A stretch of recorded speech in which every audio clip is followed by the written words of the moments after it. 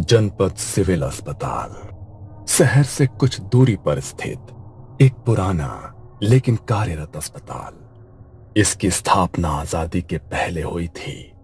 अस्पताल की इमारतें पीली दीवारों और टूटे फूटे छज्जों से ढकी थी।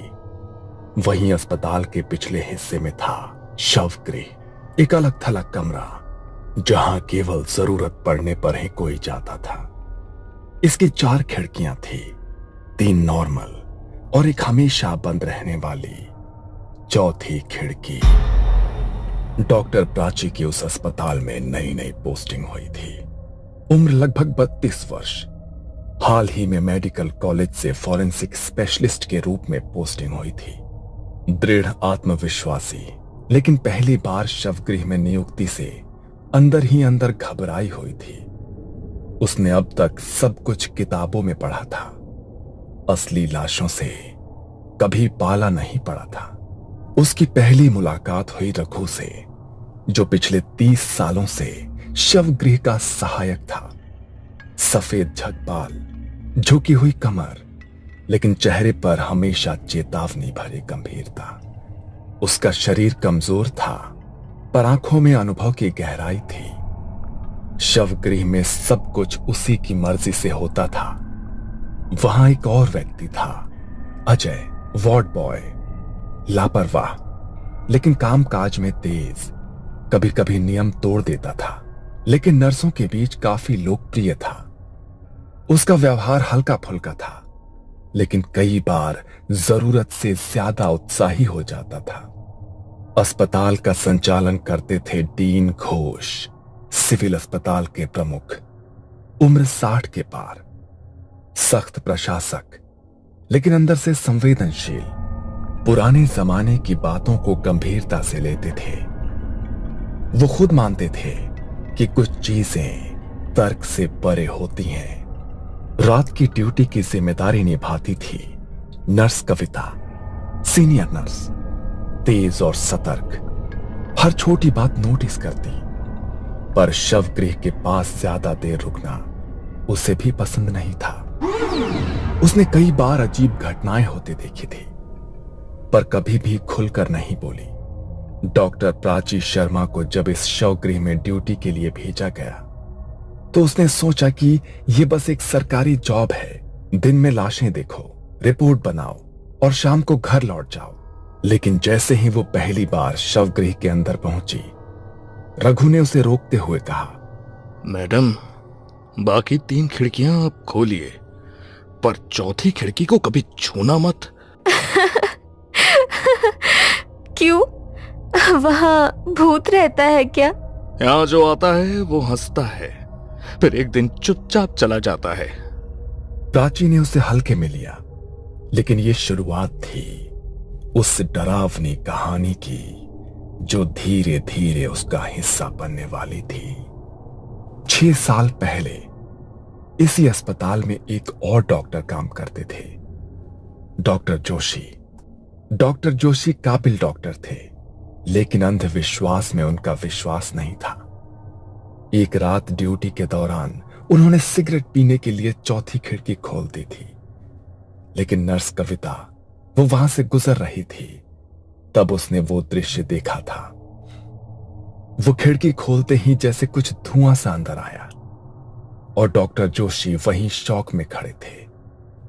उनके चेहरे पर ऐसा डर था जैसे वो कुछ देख रहे हों जो वहां था ही नहीं। कविता थोड़ी देर के लिए वहां से गई थी, लेकिन जब लौटी तो उसने डॉक्टर जोशी को अजीब अवस्था में देखा।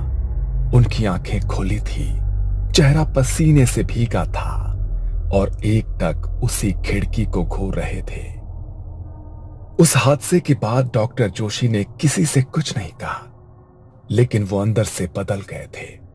उन्होंने चुपचाप अपने ट्रांसफर की अर्जी दे दी, पर उनका ट्रांसफर मंजूर होने से 2 हफ्ते पहले ही उनकी लाश उसी चौथी खिड़की के नीचे अस्पताल के अहाते में मिली थी। आंखें खुली हुई, शरीर में कोई चोट नहीं, लेकिन चेहरा वैसा ही भयभीत जैसा नर्स कविता ने उस रात देखा था। इस हादसे के बाद कविता ने डीन को सारी सच्चाई बताई।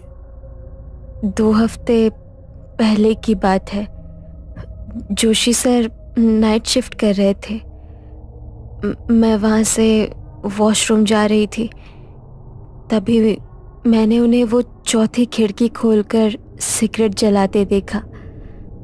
जब मैं वापस लौटी तब जोशी सर जमीन पर डरे बैठे थे, पसीने में भीगे, उसी खिड़की के पास देख रहे थे। तभी अस्पताल प्रशासन ने आदेश जारी किया कि शवगृह की चौथी खिड़की हमेशा बंद रहेगी। प्राची अपनी रोज की ड्यूटी करती, रिपोर्ट्स बनाती और समय पर घर लौट जाती। चौथी खिड़की उसके लिए बस एक बंद कोना थी, न कोई सवाल, न कोई दिलचस्पी। लेकिन एक दिन पोस्टमार्टम के लिए जगह कम पड़ गई और अनजाने में उसने एक टेबल चौथी खिड़की के सामने रख दी, जिस पर एक ताजा शव रखा गया था। उसे इसका कोई अंदाजा नहीं था कि यह छोटी सी गलती कैसे भयानक रात का दरवाजा खोलने वाली थी। उस रात अमावस्या थी, जब प्राची शवगृह में अकेली ड्यूटी कर रही थी। तभी अचानक लाइटें एक झटके में टिमटिमाने लगी। अचानक लाइट इतने टिमटिम क्यों कर रही है? जनरेटर भी चालू है। रघु, जो दरवाजे के पास बैठा था, वो अंदर आया और धीरे से बोला, आज अमावस्या है मैडम, और आपने चौथी खिड़की के सामने टेबल लगाई है। प्राची को पहली बार हल्का सा डर महसूस हुआ। उसने इधर उधर देखा, कुछ असहज सा महसूस करने लगी। रात के करीब 2 बजे शवगृह में गहराती खामोशी के बीच एक अजीब खड़खड़ाहट सुनाई दी। ऐसे लगा जैसे कोई खिड़की की सलाखों पर उंगलियां रगड़ रहा हो। प्राची धीरे धीरे मुड़ी और उसकी नजर चौथी खिड़की पर पड़ी। उसने देखा कि चौथी खिड़की की लोहे की सलाखें धीमे धीमे मुड़ने लगी थी, जैसे किसी ने बाहर से उन्हें पकड़कर खींचा हो। कौन है वहां? उसने खिड़की के पार देखा, पर वहां कोई नहीं था, सिर्फ घनी धुंध और उसमें एक पीली धीमी सी रोशनी, जैसे किसी ने मोमबत्ती जलाई हो। उसका पसीना छूटने लगा था, लेकिन वो खड़ी रही, शांत, बिना हिले। तभी ठंडी हवा का झोंका अंदर आया और शव की चादर हवा में फड़फड़ाने लगी। उस रात प्राची को नींद नहीं आई। अगली सुबह तक उसकी आंखें खिड़की पर जमी थी। यह पहली बार था जब उसने ऐसा महसूस किया था, शायद यहां कुछ है जो हमें हर वक्त देख रहा है। अगले दिन प्राची के मन में सवालों की बाढ़ आ गई। उसने सबसे पहले रघु को पास बुलाया। रघु, ये चौथी खिड़की वाली बात तुमने पहले भी कही थी, और कल रात कुछ अजीब हुआ। क्या तुम सच में कुछ जानते हो? मैडम, ये खिड़की, इसे जो भी हल्के में लेता है, ये उसे तकलीफ देती है। डॉक्टर जोशी याद है आपको? वो जो 2 साल पहले अचानक गायब हो गए थे? वो गायब नहीं हुए थे मैडम, उन्हें ले लिया गया था। मैंने देखा था उस रात। उन्होंने खिड़की खोल दी थी सिगरेट पीने के लिए। उसके 2 हफ्ते बाद ही उनकी मौत हो गई। प्राची को रघु की बात पर पूरी तरह यकीन नहीं हुआ, पर उसे अब जवाब चाहिए था। वो सीधे डीन घोष के कैबिन में पहुंची। सर, क्या आप मुझे शवगृह की चौथी खिड़की की असली कहानी बता सकते हैं? क्या सच में कुछ हुआ था? तुमने सही समय पर पूछा डॉक्टर प्राची, लेकिन जो जानोगे वो आसान नहीं होगा। उन्होंने कुर्सी से उठकर खिड़की की तरफ देखा, जैसे कुछ याद कर रहे हों, और फिर बोले, उस खिड़की के नीचे कभी लाशें नहीं रखी जाती थीं, लेकिन 8 साल पहले एक केस आया था। एक लड़की निधि, उसका बलात्कार करके हत्या कर दी गई थी। जब उसकी लाश आई तो उसका चेहरा बुरी तरह बिगड़ा हुआ था। परिवार पहचान नहीं सका और बिना अंतिम संस्कार के उसे खिड़की के नीचे टेबल पर रख दिया गया। फिर क्या हुआ? अगले दिन उस समय की ऑन ड्यूटी डॉक्टर गायब हो गई। बस उसके खून से सनी चप्पल और कमर की बेल्ट उस खिड़की के नीचे मिली। हमने बहुत तलाश की पर कभी उसका शव नहीं मिला। क्या आपने ये बात किसी को बताई थी? नहीं, पर उस घटना के 6 सालों बाद नर्स कविता मेरे पास आई और उसने डॉक्टर जोशी की कहानी बताई। तब जाकर मैंने आदेश जारी किया, शव गृह की चौथी खिड़की हमेशा के लिए बंद रहेगी। प्राची का चेहरा अब गंभीर था। वो जान चुकी थी कि ये खिड़की सिर्फ ईंट पत्थर की नहीं है, ये उसके दर्द की राह थी। वार्ड बॉय अजय को चौथी खिड़की की पूरी कहानी नहीं पता थी। एक रात ड्यूटी के दौरान उसने देखा कि खिड़की के पास बहुत धूल मिट्टी जमा है। बाकी कमरा साफ करने के बाद उसका ध्यान वहीं गया। उसने खिड़की की कुंडी खोली और झुककर सफाई करने लगा। जैसे ही उसने झाड़ू से खिड़की की जाली छुई, एक करंट उसके पूरे शरीर में दौड़ गया। कविता, इस खिड़की के पास से ठंडी सांस जैसी लग रही है, कोई है क्या? नर्स कविता बाहर कॉरिडोर में ही थी, लेकिन तब तक उसे कुछ महसूस नहीं हुआ। रात के 2:45 पर अचानक शवगृह से एक दिल दहला देने वाली चीख गूंजी। कविता भागती हुई अंदर पहुंची। वहां अजय फर्श पर पड़ा था, आंखें पूरी तरह खुली हुई, मुंह जैसे चीखते चीखते खुला रह गया हो, चेहरा सफेद और भयभीत। ऐसा लगा जैसे उसने मरने से पहले कुछ ऐसा देखा हो जिसे वो सहन नहीं कर पाया। खिड़की की ओर देखा तो वहां एक लाल साड़ी में कोई औरत जैसी आकृति खड़ी थी। उसका चेहरा धुंध में छुपा हुआ था और अगले ही पल वो गायब हो गई। कविता सन्न रह गई। उसे समझ आ गया कि अजय ने वही गलती की थी जो पहले डॉक्टर जोशी कर चुके थे। प्राची डॉक्टर होने के साथ साथ थोड़ी आध्यात्मिक भी थी। उसने निधि की आत्मा की पीड़ा को समझा और तय किया कि वो इस रहस्य को पूरी तरह से सुलझाएगी। उसने किसी तरह डीन घोष को मनाया और अगले अमावस्या की रात एक अनुभवी तांत्रिक बाबा महेश्वर नाथ को बुलाया। बाबा ने शवगृह की चौखट पर बैठकर तंत्र विधि की तैयारी शुरू की। लाल रंग की चंदन की रेखाएं, भस्म से घेरा और मंत्रोच्चार। प्राची ने अपनी जान की परवाह किए बिना चौथी खिड़की के सामने एक कैमरा लगाया और खुद विधि में शामिल हुई। जो आत्मा न्याय की प्यासी हो वो अब प्रकट होगी। डरो मत, सच को उजागर करना अब तुम्हारा कर्तव्य है। रात के 3 बजे खिड़की की जंजीरें खड़कने लगी और एक ठंडी हवा शवगृह में भर गई। कैमरे की स्क्रीन ब्लैंक हो गई। तभी प्राची ने सुना, मुझे न्याय दो। एक परछाई धीरे धीरे सामने आई।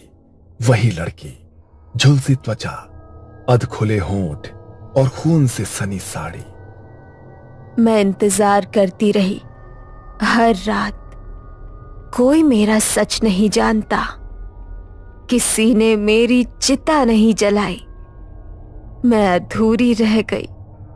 प्राची कांपती हुई खड़ी रही। उसकी आंखों में आंसू थे। मैं करूंगी। मैं तुम्हारा अंतिम संस्कार करवाऊंगी। तुम्हें शांति दूंगी, ये वादा है।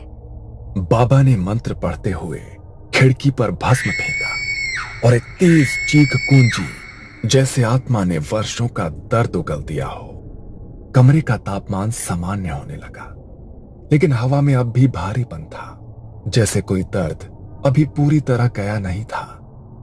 बाबा महेश्वर नाथ ने जो भस्म निधि की आत्मा पर डाली थी, उसने उसकी व्याकुल आत्मा को कुछ क्षणों के लिए शांत कर दिया। कमरे का तापमान सामान्य होने लगा और बाबा ने धीरे से प्राची से कहा, अब समय है उसे अंतिम मुक्ति देने का। जब तक उसका अंतिम संस्कार नहीं होगा ये पीड़ा कभी खत्म नहीं होगी। अगले ही दिन प्राची ने निधि के पुराने केस को दोबारा खुलवाया। डीएनए टेस्ट और अस्पताल के रिकॉर्ड्स के जरिए वो आखिरकार निधि के परिवार तक पहुंचने में सफल रही। जब परिवार को सच्चाई बताई गई तो उनकी आंखों में आंसू छलक आए। उन्होंने तो उम्मीद ही छोड़ दी थी कि उनकी बेटी की आत्मा को कभी शांति भी मिल पाएगी। बाबा ने उस आत्मा पर फेंका वही भस्म उन्हें सौंपते हुए कहा, अब यही उसकी अस्थियां हैं, इन्हें विधि पूर्वक विसर्जित करें और आत्मा को मोक्ष दें। एक सप्ताह बाद पूरे धार्मिक रीति रिवाजों के साथ गंगा किनारे निधि का अंतिम संस्कार किया गया। उस रात शवगृह की चौथी खिड़की खुद ब खुद बंद हो गई। पहली बार कोई उंगलियों की आवाज नहीं आई, कोई परछाई नहीं दिखी। हवा स्थिर थी और कमरे में एक सुकून था, जैसे किसी ने वर्षों से रो रही आत्मा को गले लगा लिया हो। अस्पताल प्रशासन ने उस खिड़की पर अब एक ताले के साथ देवी की तस्वीर भी टांग दी। अब भी लोग कहते हैं कि कुछ आत्माएं तब तक भटकती हैं जब तक उन्हें न्याय न मिले, और चौथी खिड़की सिर्फ एक रास्ता नहीं थी, वो उसकी मौत की पुकार थी। ये कहानी आपको अच्छी लगी हो तो हमें सब्सक्राइब करें, हमारा इंस्टाग्राम और फेसबुक पेज जरूर फॉलो करें। अगर आपके पास ऐसी ही कोई कहानी हो तो हमें कमेंट बॉक्स में भेजें। हम कोशिश करेंगे कि अगली एनिमेटेड स्टोरी आपकी होगी।